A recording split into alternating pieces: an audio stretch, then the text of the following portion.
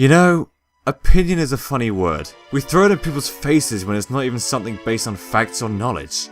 Just experience and I'm gonna start again. Let's track this from the beginning. This all started when I decided to play Sonic and the Black Knight.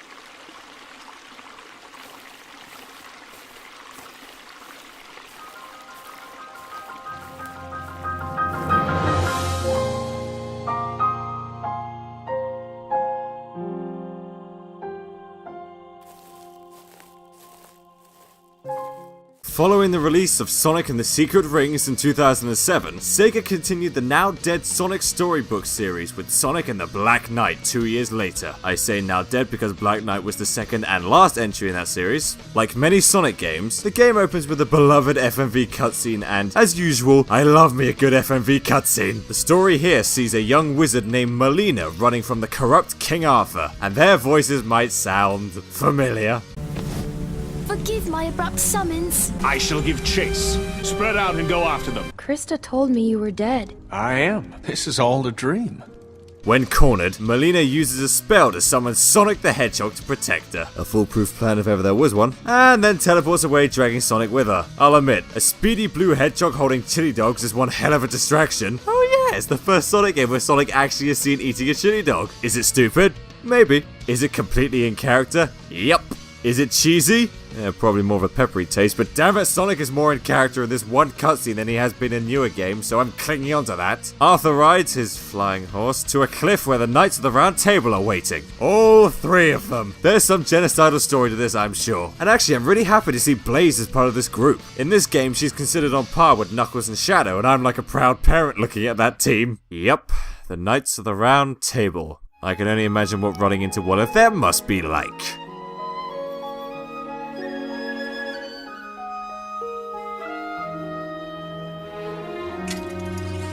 Stop!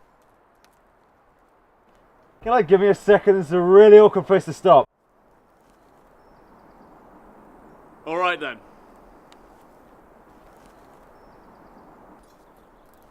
Not from around here, are you?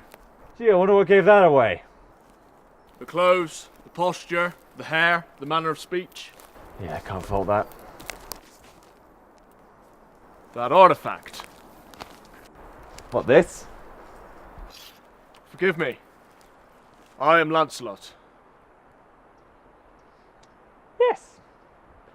Of course.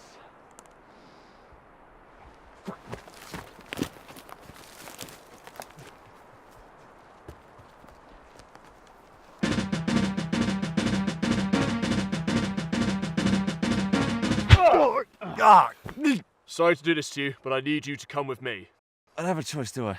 Nope. Okay, well, So, as we dive further into the story, we see how the rest of the cutscenes are presented, which is instantly better than Secret Rings. While you could argue that having images with characters keyframed around is lazy, I think it suits the Arthurian aesthetic, and the colours really cement the storybook look. Having more movement on screen also puts Secret Rings to shame, as there was little to none in that game. Melina explains to Sonic how King Arthur was corrupted by the scabbard of Excalibur and has now brought darkness to the land of Camelot. He bears the scabbard of Excalibur. I think I've heard that name before. You reckon, Sonic? The most famous sword in fiction? I'm not convinced. Let us go. We can talk along the way. Christ, all I hear is Clementine. It is from this point that Sonic's quest begins, as he's tasked with claiming the sacred sword Caliburn and slaying the Mad King. At least Melina is nice enough to give Sonic a gauntlet before leaving. Only one, mind you, so probably leaving him a bit unbalanced. Yeah, there's a lot of story to throw at you for a Sonic game, but I respect the Sonic game that's definitely trying to tell a more interesting story than usual. But hey, what's a big story without exposition, right? That is the artifact summoned by Melina. Hero was hoping the scene change would avoid an exposition dump. That is the last item we need to restore England to its former glory. Nope, there it is. So, King Arthur, Merlin, Knights of the Round Table, they're all where? Gone.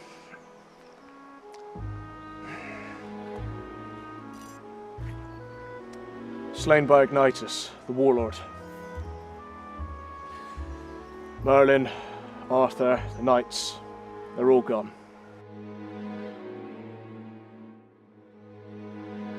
Alright, so what next? Next, we go up there.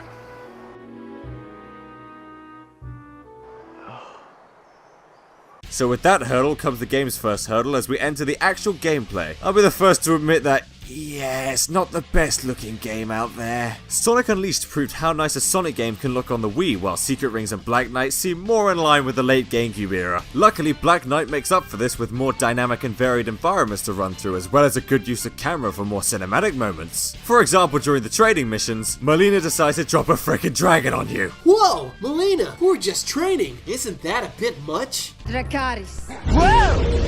However, that's just taking the game at face value. Let's address the great big cat in the room, shall we? The controls. So Secret Rings thought it was too good for normal controls and had you tilt the bloody remote to simply move. Luckily, Black Knight uses a mind-blowing invention. The control stick. Now you can control Sonic like a human being with the use of Opposable thumbs. But of course, they sort of squeeze in some waggling controls for the sword combat, and yeah, it does lead to some moments where you are just slicing through enemies like a madman. But there are two reasons the controls are actually redeemable. One is simply that cutting through enemies is actually really satisfying at times. It makes you feel indestructible as you hack and slash through hordes of goons. The other reason is the new move known as the Soul Surge. Holding down B and then shaking the remote once will send Sonic blasting through, and upon clashing with an enemy, goes into slow motion so you can time your attack just right. Doing so successfully can create a chain of well-timed hits and fast-paced combat. The camera angles, the speed, and the sound design make for gratifying gameplay that rewards well-timed swings. Truly, this is how Sonic with sword combat should play, even when you're collecting the Brave Fairy. What the fuck? Ooh, a tart! Speaking of sword combat, reminds me of my journey actually. Oh, God. Melina, I found the artifact you summoned. Finally. Although, came with this attached. Now that I didn't predict. So, Melina, huh? You the reason I'm here? Indeed, I required that device, but upon summoning, you must have come with it. Okay, yeah, simple yes would have sufficed. My apologies. I hope you were not in the middle of important work. No, I wasn't doing anything. Running down the avenue, see how the sun shines brightly on the city, on the streets where once was pale. Mr. Blue Sky is living here tonight. Hey. But now that we have this, we can restore the sword to its former glory. You gotta be kidding me. Alright.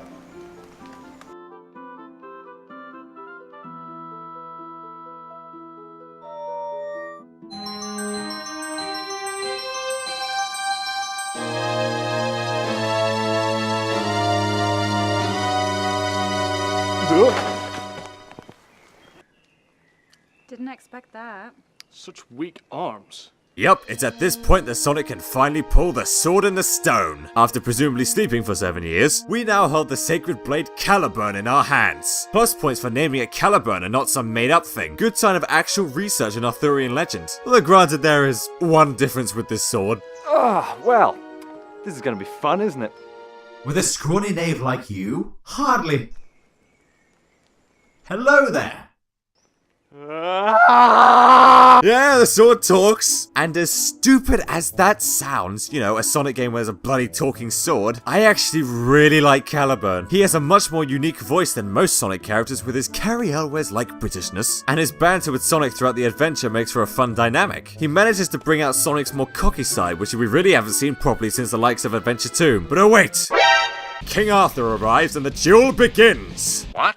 Already? Yes. So yeah, we're already fighting King Arthur. And while the fight is short-lived, it does again make use of well-timed swings. However, the idea of mandatory quick-time events with motion controls is a terrifying thought. Before hits and he's done, the last hit looking especially slick with Sonic grinding after Arthur while wielding Caliburn. So Arthur bails on his flying horse, which leaves Caliburn hopping mad. Stop calling me Knave! I'm Sonic the Hedgehog! Very well then, I shall call you Knave the Hedgehog. Rebrand that shit! So while Sonic and Caliburn get acquainted, Melina gets surprisingly somber. Why do flowers bloom, knowing they are destined to wither? Huh? Their time of beauty is so short-lived. This is actually a really touching moment that conveys Melina's motivations as well as letting Melissa Hutchison deliver some pretty good voice acting. But it's too early for me to get existential. Stop it, just get back to my story. You're accepting of Lancelot and King Arthur, but not of me. Well, it's just that this is proper Arthurian stuff right here. Ooh, Arthurian, I like that. You know, less magic and armor and more being hit in the face by a sword. I'm capable of that. Okay, this is getting nowhere. So, we've got a quirky sidekick, we've got a cool mentor character, a nice exposition provider. Now we need is a villain. That would be Ignitus. Oh, yeah. I must depart. Ignitus's followers will be after me. Good luck. Okay, less unnerving. Gawain and Percival are the remaining knights. We should recruit them to our cause. Percival will be easy enough, but Gawain will take some convincing. Can't we just sit him down, have some tea and a nice chat? Arthur tried reasoning with him once, lost a tooth. And just as Melina decides she's had enough and bails from the story, our quest begins! Now we have to repair Caliban at the blacksmith, find the Lady of the Lake, and defeat the Knights of the Round Table. Firstly is the blacksmith who we find in the castle town. At this point in the game, we are given optional missions to provide more varied gameplay, which isn't really needed, especially since some of these gimmicks are stupid. Like giving town people charity to increase your chivalry. A nice idea, but the execution is just terrible. You have to stop in your tracks to talk to these freaky things, and play a brief quick time event just to hand it over? What? So they won't take my money if I get it wrong? Well, their loss. Just stay poor and weird sounding. And speaking of sound, let's tackle easily the best thing about Black Knight. My God, the soundtrack is gorgeous. The combination of rock guitars and orchestral violins makes for a grand score that helps capture the environment very well. Levels such as Misty Lake, Great Plains and Deep Woods really get that fancy feel down perfectly.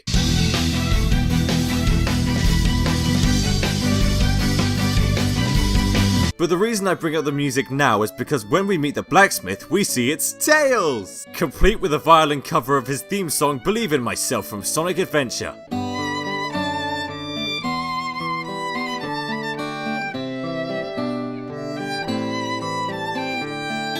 Also, I like how in this world, Knuckles, Shadow and Blaze are the famed Knights of the Round Table while Tails is a lowly blacksmith. Know your place! So with Caliban restored, we enter the deep woods with a nice wagon ride. Oh no, the horse head! Oh no! Oh, never mind, Sonic doesn't seem to mind. It is here that we meet the first Knight of the Round Table in the form of Sir Lancelot. And what is that I hear? I challenge you to a duel. It all starts with this. A jewel containing the ultimate power. And since Shadow is Lancelot, thank God Guinevere's not in the story. Will you abandon your sword and flee? Sounds good to me! He is Knave the Hedgehog, and he accepts your challenge. I love that Caliban just throws Sonic into a fight to the death, especially after Sonic shows he's a coward. At least Sonic and Lancelot aren't talking over each other. The actual fight itself is somehow even easier than Arthur. It's over just as soon as it begins, which is a real shame because motherfucking Crush 40 are playing in the background.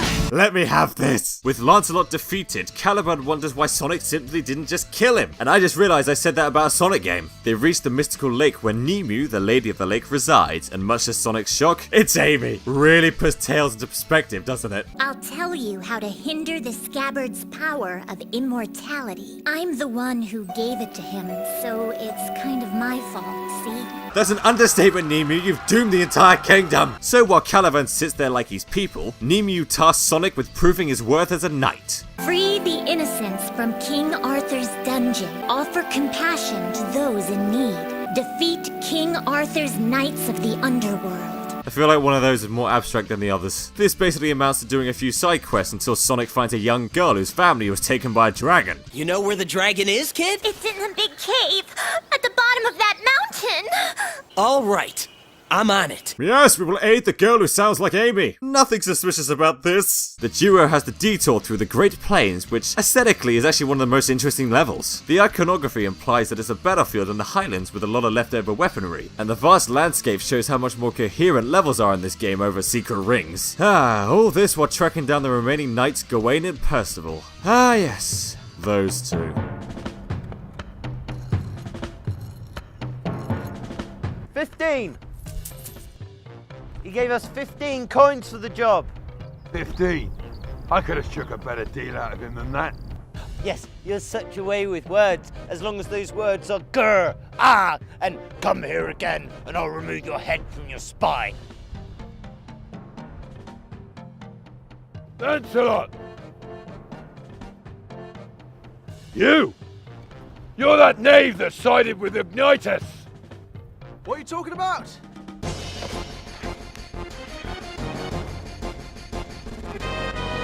Now I'm invested. Gawain! No, wait! Well, good luck. Wait, no, you daft bastard! Let's talk about Gawain. Sonic approaches Stonehenge where we see Gawain, portrayed by Knuckles the motherfucking Echidna, whose entrance is punctuated by his music. Ha!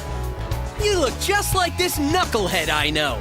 Oh yeah, here he comes rougher than the rest of them, because when I think Arthurian music, I think jazz. Compared to Lancelot, this fight is a lot more fun and really makes me crave more dual combat, honestly. The clashes, the strategy of tackling their unique abilities, Crush 40 in the background, and Dan Green really hamming it up beautifully. Ho!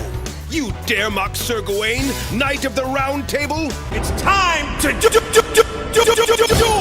I just wish there were more than 3, honestly, especially since the multiplayer mode includes Silver and Jet as Galahad and Lamorak, respectively, meaning they could have had a longer story with 5 knights. Although if Silver is Galahad, that would mean Silver is the son of Shadow and oh no. Well, with Gawain defeated, we can simply move on and— Only death can remove this stain upon my honor. Holy shit! Jesus, settle down, Gawain. Well, there you have it. We have a Sonic game where someone tries to kill themselves. Give me a break! What's up with all this drama? Well, that's one way to deal with a suicidal person. Look at this guy killing himself. Peh, what a maroon. Isn't there more to being a knight than just serving a king? I think that is literally the definition of a knight, actually. Well, I have to process that. Suicide in a Sonic game. Luckily for me, it didn't come to that. Stop what you are doing! The sword talks. The sword talks. Gawain. Bravo! Bravo. What a marvellous performance. Up yours, Percival. Now you I like.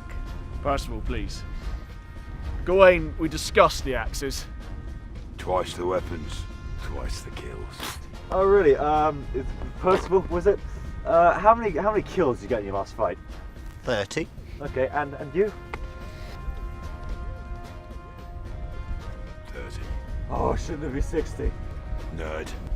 You shouldn't even know what that means. Right, listen in, you two. He has restored Caliburn. And that means he will help us defeat Ignitus. Is that right? Okay, you say it like that, I'm just gonna run away screaming.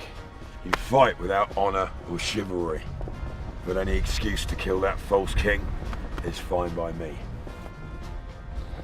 Okay, great. The journey continues as Sonic and Caliburn enter the Dragon's Lair. It's here that we're given a much more unique mission where Sonic has to reflect light off of Caliburn and break crystals open, freeing the trapped villagers inside. On paper you think that aiming would be easy with the motion controls, but it really wants to resist. But hey, it kills the enemies too, so your bumbling actually serves a purpose. Also, the improved backflip from Secret Rings really makes exploration in non-linear levels much easier. Also, it's here that I've come to realize that Sonic and Caliburn's banter really makes the game lively and adds much more personality. The two work off each other surprisingly well, even if it is hard to hear at times. Thank God Sega loved their subtitles. You're not thinking of... Yep, that's exactly what I'm thinking. Sonic returns to find the child, who reveals herself to be Nemu. Never ever saw that coming, ever. Totally didn't see that coming. Oh wait, no, it's the opposite of that. Duh! Nemu reveals it was all a test to prove Sonic's worth as a knight. 'Cause you're a true knight. Yes! Bit of an underreaction. Yeah! At any rate, it is time to track down the last knight, Percival, who resides in a volcanic mine. What version of England is this? It's probably Wales. This level makes use of grinding pretty well, and thank God switching rails is easy. After grinding in Sonic Heroes, I think I'm just paranoid. Isn't it great? You guys are fun. After running through the mines, we come face to face with Percival. Oh yeah, Blaze never got a theme song.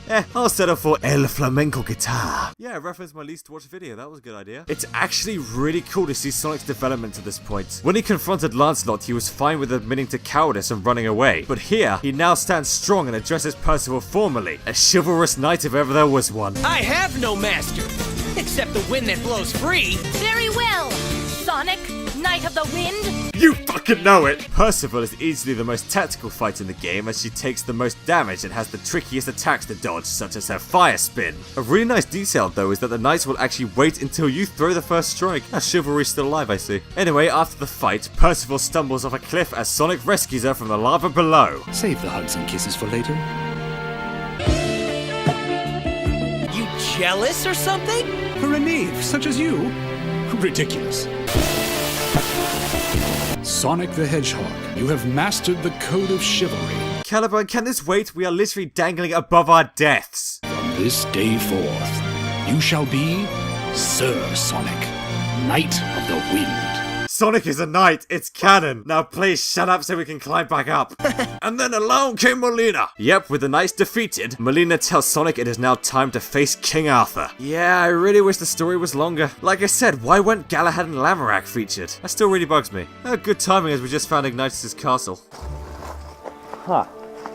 See, when I pictured, King Arthur's castle, I expected something a bit less rustic. Well, Ignitus always did have poor taste. Ooh, sassy Lancel. Don't call me that. I can't wait to woo a damsel in distress. My word, what a pathetic dwelling. Enough talk. Let's move on. Slay the Arsling and restore honor to the kingdom.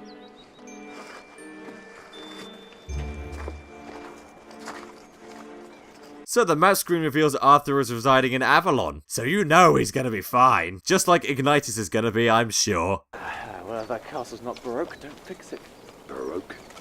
Oh, don't worry, that'll be funny in like 1,000 years. Keep your voices down. If Ignitus hears us, then he'll...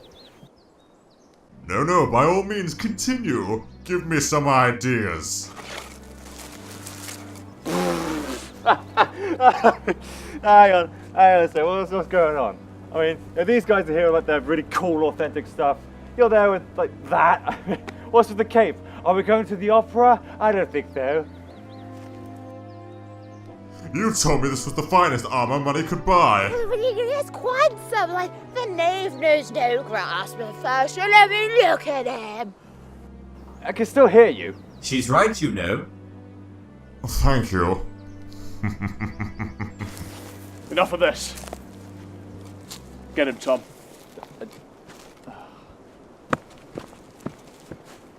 When he dies, jump Ignitus and I'll grab the sword. Yep. Time to face the knight. Knight of the Wind instrumental in the background? Check. Sonic being badass? Check. Caliburn looking conflicted about the whole thing? Check. And right into the fight we get another Crush 40 song being Fight the Knight, which suits it perfectly.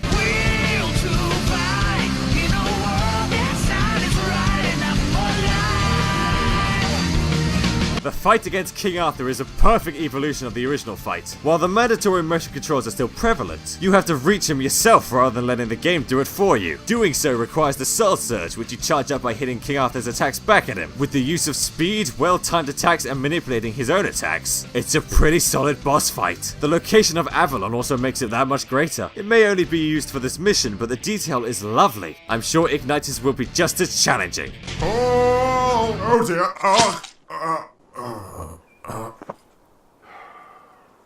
Huh. I expected longer.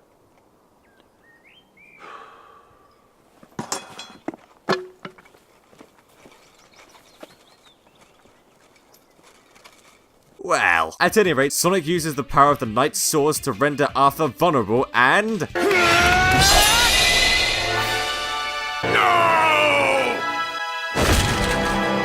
Sonic just murdered a man. Sonic the Kingslayer. Yes! I did it!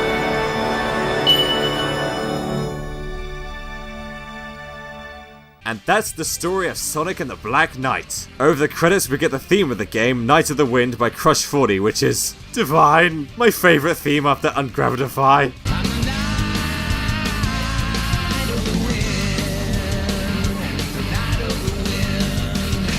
With that out of the way, we might as well put an end to my story.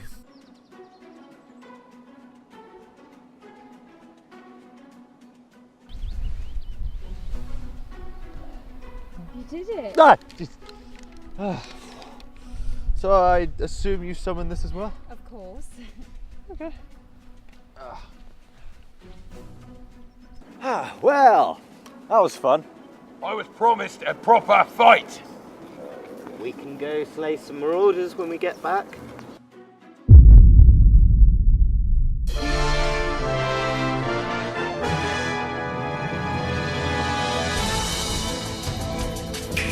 Not so fast, there's a goddamn twist! Turns out King Arthur was an illusion made by Merlin, which means that none other than Merlina is behind everything. She then uses the scabbard to take control of Arthur's kingdom. Sonic not only did a plot twist, but actually a pretty damn good one. When I first played this, I legitimately did not see this coming. Even better since we get a new FMV cutscene of Sonic teaming up with the Knights of the Round Table. This leads us into the next level, the Knight's Passage, where the only mission is run, fucking run! This level is also the hardest in the game with tight jumps, sneaky traps, and it's pretty long too. Of course, part of the problem is that the controls aren't as smooth as they should be, resulting in some very, very cheap deaths. It's like I said before. Isn't there more to being a knight than serving a king? For the kingdom and its people! And now here comes one of the things I love about this game. From this point on, and for the first time in a 3D Sonic game in ages, you can play as Knuckles, Shadow, and Blaze. While they are limited to the post-twist levels, they play very differently from each other. Lancelot relies on teleporting and spin jumps to get by. Gawain has Knuckles' trademark gliding, can dive into enemies, and even throws his axes like boomerangs, while Percival uses fire and has slower, more focused attacks. The best part of all this is that you can unlock medals representing each knight, and equipping them changes the music to their themes. Running through a giant fort while Unknown from Emmy or All Hail Shadow is blasting in the background. Is it possible to top that? Yes, because we have a game where Shadow says this. These butterflies, they're trying to confuse me. And this.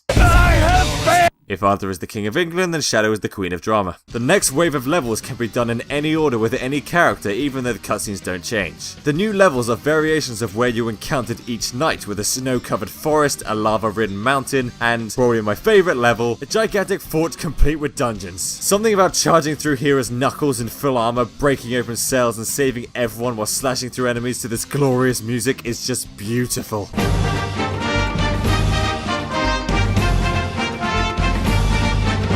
The other levels aren't quite as good. The Shrouded Forest has some pretty bullshit jumps while the Cauldron basically forces you to jump over everything and avoid any confrontation. But at any rate, the knights place their swords in pedestals that limit Merlina's power. Only one pedestal remains, which is stored deep in the dragon's lair. And almost at the end of the entire game's run, we finally get to fight a goddamn dragon to the death. Shame the path to him is bullshit. As cool as seeing the dragon is, for some reason the one time I play this for the review, Sonic won't stay still to deliver the final blow. Damn it, gotta fucking stay still, fucking, come on, god damn it, yes, no, oh fucking, there we go. You are a pest who cannot stand the might of Smaug the... Oh, damn it. With all 4 pedestals activated, it's time to take the fight to Merlina. Yeah, I know exactly what that feels like.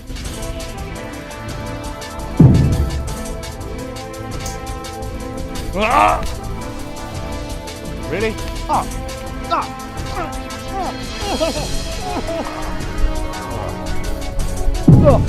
Ignitus was misguided. His kingdom is a blight that must be purged.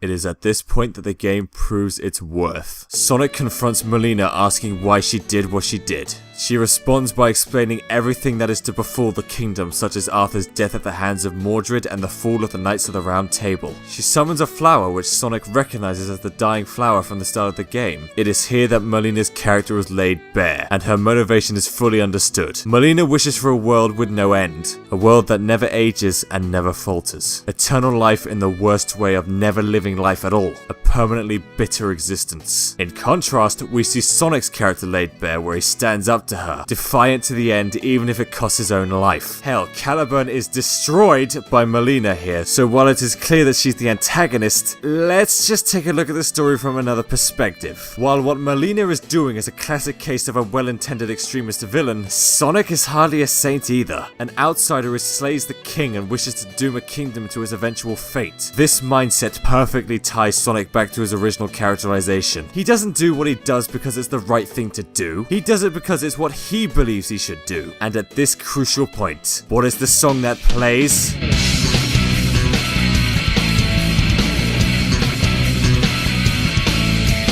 Sonic's theme from Sonic Adventure, It Doesn't Matter. A song featuring lyrics like, it doesn't matter who is wrong or right, I've got my way, my own way, and place all your bets on the one you think is right. To really hammer it in, remember the spell Melina used to summon Sonic in the first place?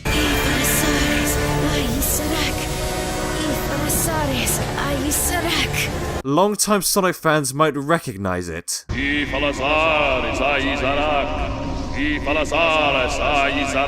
Yeah, interesting that the same spell Eraser Jin used to summon a bloody demon is used to summon Sonic. Make of that what you will. Maybe I'm simply reading too much, but a sign of a good story is one you can interpret in many ways. Can't think of too many Sonic games you can do that with. As Sonic is being beaten to a pulp in a surprisingly dark scene. Look, he has bruises. That's too real. Nemu sends the sword's true powers to aid him, and we get the best damn thing ever.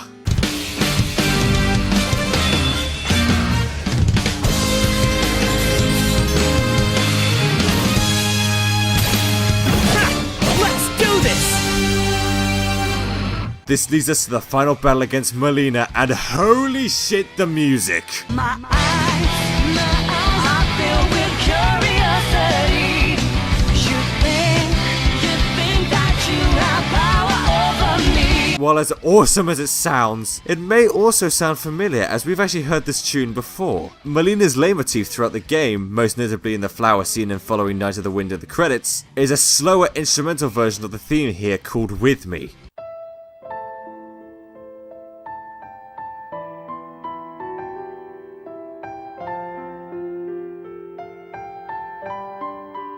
Musical foreshadowing, oh how I love it! Also, Melissa Hutchison's voice is chilling during this fight. You would not understand, nor could you understand. Black Knight easily has the best voice acting in the series. As for the fight itself, it's a good example of taking everything you've learned throughout the game and testing you. Using the boss's attacks to charge your soul gauge up like against King Arthur before ramming her with well-timed swings. You can time it so well you can actually finish her off in seconds. Now that's a hell of a reward for playing well. There is nothing Excalibur can't cover.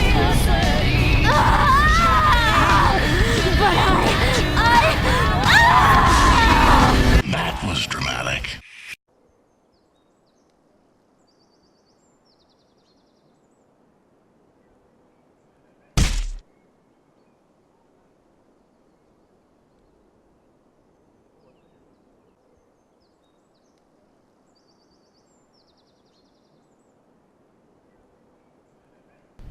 I just wanted everything to go back to the way it was before, when we had Arthur and Merlin to guide us. But all that power, I felt invincible. I thought I could fix everything. Alright, Melina, listen. Things change. And there are times where you can't do anything about that, and it sucks. Legitimately. It sucks, but the way I see it, you've just got to keep moving on. Give yourself a reason to get out of bed every morning.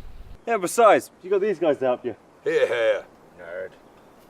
And yeah, The idea of moving on from a bitter past and living a much more fulfilling life is exemplified in the game's ending. In the ruins of the castle, Sonic approaches the defeated Melina and explains to her how every world has its end, so instead of living in dread of the inevitable, you should just go out and enjoy your life. In doing so, Melina remembers her grandfather Merlin, and we see what happens when you actually redeem a villain rather than just blow them up. A much more fulfilling and meaningful ending. After this, the knights are forced to come to terms with the reality that Arthur was an illusion. However, Caliban steps in, having been reborn as Excalibur during the fight, and declares that technically, the true King Arthur is Sonic himself. You are the one and true King Arthur? Yeah, that's pretty cheesy, but if you think about it, since the likes of Knuckles and Shadow are Gawain and Lancelot, I guess Sonic can represent Arthur. It's probably more of a Killian Mandarin situation you shouldn't read too much into.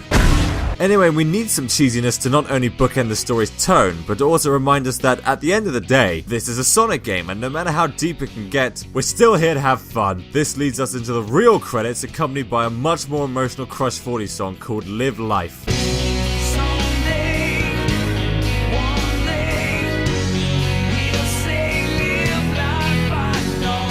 And that brings us to the end of Sonic and the Black Knight. With this whole game behind me now, how does it stack up? Well, for a spin-off that was clearly made on a budget with gimmicky controls, it actually kind of holds up. I'm not here to say that Sonic and the Black Knight is one of the greatest Sonic games ever, but my god it tries. Does it have its flaws? Oh god, of course. Most notably are the motion controls and the story length. But with a much more weighty story with strong characterization, a gorgeous soundtrack, some pretty interesting levels with multiple playable characters that all play differently from each other, it is certainly the underdog in the franchise in my eyes. But hey, this is all just my opinion. I might convince some people to give it a chance, or some people might have their mindset on hating it based on the name alone, which, to be fair, on paper is a pretty ridiculous concept. But either way, this was my experience with Sonic and the Black Knight, and now I feel like it's time to finally wrap up my story.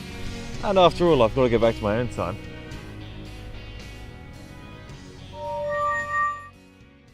You surprise me, Knave. While you can't fight to save your life, you certainly have a way with words. Does that mean you're going to drop the whole Knave thing now? Oh, alright.